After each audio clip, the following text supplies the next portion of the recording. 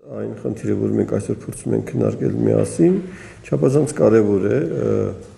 Հայաստանի զարգացումների առումով, ոչ միայն տնտեսական, այլև քաղաքական։ Ընդհանրապես մաքսային միությունը ընդգծված տնտեսական կառույց է, բայց այն հանգամանքները, որում գտնվում է այսօր Հայաստանը, թույլ են տալիս պնդելու, որ մաքսային միության անդամակցելու հարցը նաև ունի իր քաղաքական բաղադրիչ է։ Ինչով է դա պայմանավորված։ Առաջերտին իհարկե Լեռնային Ղարաբաղի Հանրապետության հանգամանքով Լեռնային Ղարաբաղի Հանրապետությունը Հայաստանի Հանրապետության հետ ըստ էության չափազանց ինտեգրված պետություն է եւ նրանք երկուսը գտնվում են նույն մաքսային միության մեջ, եթե կարելի է այսպես ասել։ Եվ այս առումով չափազանց էական է, թե ինչպես պետք է լուծվեն այդ խնդիրները, երբ Հայաստանի Հանրապետությունը անդամակցում է մաքսային միությանը։ Եթե դուք հիշում եք, ապա հոկտեմբերի 24-ին Մինսկում տեղի ունեցած վեաժողովի ժամանակ, երբ մաքսային միության երկրների ղեկավարները քննարկում էին բազմաթիվ հարցեր, այդ թվում նաև Հայաստանի ապագա անդամակցության հարցը, պարոն Նազարբայևը հարց բարձրացրեց, որտեղ ըստ էության պրոբլեմներ էր տեսնում այն առումով, որ Լեռնային Ղարաբաղի Հանրապետության եւ Հայաստանի Հանրապետության միջև մաքսային սահման գոյություն չունի, եւ այս առումով ինքը հռետորական հարցեր տալիս, ասացեք խնդրեմ, որն է լինում մաքսային միության սահմանը Հայաստանի պարագայում։ Հանրապետության ղեկավարությունը նախագահը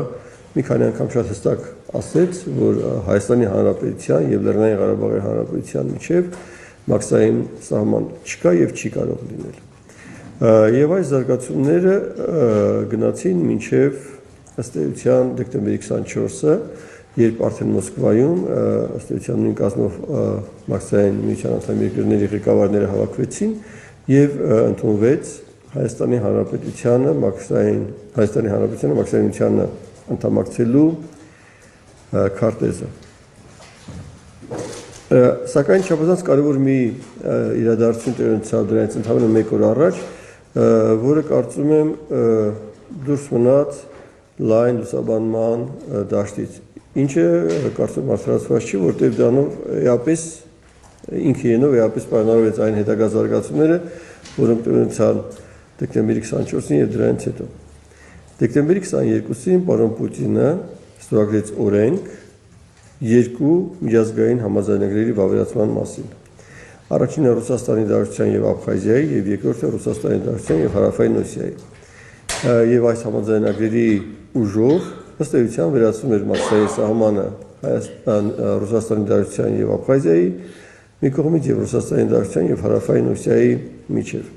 Ըստ էության բոլոր մաքսատուրքերը, բոլոր մաքսային գանձումները վերացվում են եւ ըստ էության այս երկու հանրապետությունների տարածքները չճանաչված հանրապետությունների տարածքները Ղազախստանի եւ Բելարուսի կողմից դառնում էին մաքսային միության տարածք։ Սա չափազանց կարևոր նախադեպ էր մեր համար Լեռնային Ղարաբաղի խնդրի հետ կապված մաքսային միության անդամակցելու, որովհետեւ այլևս այն հարցադրումը, որ արել էր պարոն Նազարբայևը Բելարուսում, վերաբերելու էր ոչ միայն Հայաստանին, այլև արդեն իսկ դեկտեմբերի 23-ից հետո վերաբերում է երկու այլ իրենց կողմից չճանաչված պետություններին, Աբխազիային եւ Հարավային Օսիային, որոնք այլևս շուրջ 2 ամիս կամ ամիս ու կես գործում են մաքսային միության տարածքի ռեժիմով եւ մասնավորապես ասենք թե Աբխազիայում արտադրված, չգիտեմ, մանդարինը հայտնվում է Ռուսաստանի Դաշնության տարածքում, հայտնվում է Ղազախստանում եւ դրա հետ այլևս այն պետությունների ղեկավարները, որոնք ըմբոստանում էին Հայաստանի Հանրապետության եւ Լեռնային Ղարաբաղի Հանրապետության մաքսային միության անդամակցելուց, այլևս համակերպվել են։ Սրանք չափազանց կարևոր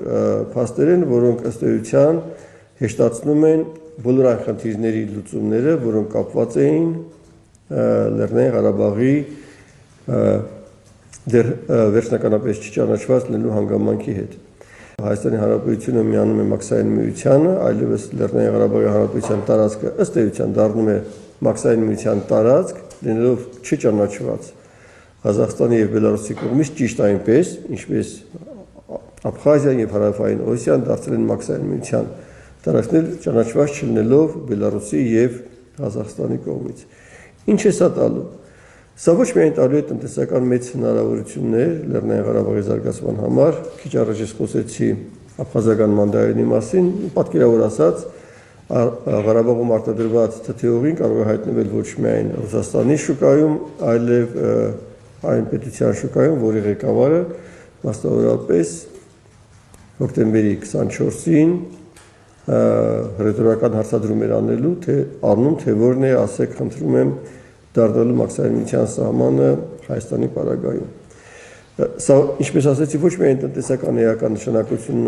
ունենալու Ղարաբաղի տնտեսական զարգացման համար, այլ սա նաև տնտեսական ճանաչում է լինելու Լեռնային Ղարաբաղի Հանրապետության եւ տնտեսական ճանաչման այդ նոր բարձր մակարդակը հեշտացնելու է նաև քաղաքական ճանաչման գործընթացը ապագայում։ Սակայն մինչև այդ ուզում եմ երկու խոսք ասեմ նաև այն խնդրի մասին, որը ուղղակի պաշտպանությանն է վերաբերում։ Տեսեք, սեպտեմբերի 3-ից հետո բավականին էական տեղաշարժեր արձանագրվեցին մասնավորապես այն հռետորաբանության մեջ, որոնք օգտագործում են եւ Հայաստանի Հանրապետության բարձրաստիճան պաշտոնատարանձին, պաշտպանության նախարարը, հանրապետության նախագահը եւ այն հռետորաբանության մեջ, որ օգտագործվում է Ադրբեջանում։ Դուք իհարկե հիշում եք, որ Հայաստանի Հանրապետության թե նախագահը եւ պաշտպանության նախագահը վերջերս ասում են, որ պատերազմը, լայնամասշտաբ պատերազմը Ղարաբաղի եւ Ադրբեջանի միջև մտակա ապագայում գործնականում բացառված է։ Այդպիսի արտահայտություններ դուք հիշում եք, որ վերջի ժամանակներս Հայաստանի Հանրապետության բարձրաստիճան պաշտոնատար անձանց կողմից ըստ էության չէին հնչում։ Մյուս կողմից Ադրբեջանում հենց վերջի ժամանակներս շատ ավելի հաճախ հնչում են արտահայտություններ, որ Հայաստանը եւ հնչում են նաեւ այդ հայտարարությունները, երբ իրենց պաշտոնատար անձիկ խոսում են մաքսային միության ներողություն, խոսում են ԵԱԿ Մինսկի խմբի ներկայացուցիչների հետ, որ այ ապագա զարգացումների պարագայում մենք անհանգստացած ենք, որ այդ կոնֆլիկտին կարող են մասնակցել նաեւ ՕԴԿԲ-ի ուժերը, ՀԱՊԿ-ի ուժերը։ Սրանք զարգացումներ են, որոնց մասին կարծում եմ հարկ է հատկապես նշել, որտեղ իրենք իրենց մեջ ոչ միայն տնտեսական, այլև պաշտպանական բնագավառի եւ անվտանգության բնագավառի լուրջ կոմպոնենտներ են պարունակում։ Ես կդժվարանամ հստակ ասեմ, մասնավորապես ամսի 24-ին այդ վեհաժողովի նախորդ օրը, ամսի 23-ին պարոն Պուտինի կողմից ստորագրված այդ օրենքները պատահականություն էին, թե չէ մեկ օրվա տարբերությամբ, բայց ենթադրում եմ, որ այդ ամեն ինչի եւ ուրիշ շատ բաների մասին նաեւ պայմանավորվածություններ են եղել սեպտեմբերի 3-ից առաջ։ Ինչ վերաբերում է զուտ տնտեսական կողմին խնդրի, շատ հաճախ մեր օպոնենտները ասում են եւ կարծեք թե իրավացիորեն, որ եթե մաքսային միության անդամ երկրների հետ Հայաստանը այսօր էլ ունի համաձայնագրեր, որոնցով մաքսատուրքեր չեն գանձվում, ապա ինչպիսի տնտեսական առավելություններ ենք մենք ակնկալում մաքսային միության մեջ անդամակցելու պարագայում։ Իսկապես կարծեք թե խնդիրը բավականին հստակ է դրված եւ այստեղ պետք է հստակ պատասխաններ տրվեն։ Այո, մաքսային միության անդամ երկրների միջև Հայաստանը ունի համաձայնագրեր, որոնցով մաքսատուրքեր չեն գանձվում, բայց մի շարք երկրներ, այդ թվում նաեւ առաջի հերթին Ռուսաստանը, ունի այսպիսի հասկացողություն իր ապրանքների վրա, ինչպիսին արտահանման մաքսն է։ Եվ Հայաստանի Հանրապետություն ներմուծվող ապրանքների 61%-ը գանձվում են այդ արտահանման մաքսով։ Դրանք իհարկե ոչ միայն գազն են, նավթամթերքը, չմշակված ադամանդը, այլև այնպիսի առաջի հանրայության ապրանքներ, տնտեսության համար առաջի հանրայության ապրանքներ, ինչպիսին են փայտամթերքը, պարտանյութը, մի քանի այլ չափազանց կարևոր ապրանքներ,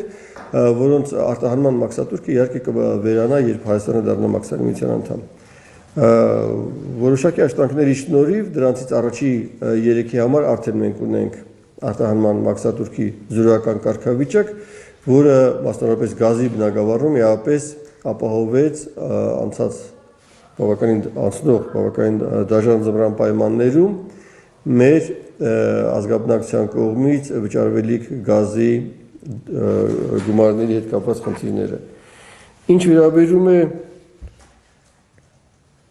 մյուս առավելություններին, որոնք մենք կստանանք, երբ մենք անդամակցենք մաքսային միությանը, ապա մի կարևոր հանգամանք դա սահմանի վրա ավելացած արժեքի հարկի գանձումն է։ Երբ այսօր մաքսային միության անդամ երկրներից ապրանքներ ենք մենք ներմուծում, ապա ավելացած արժեքի հարկը գանձում է անմիջապես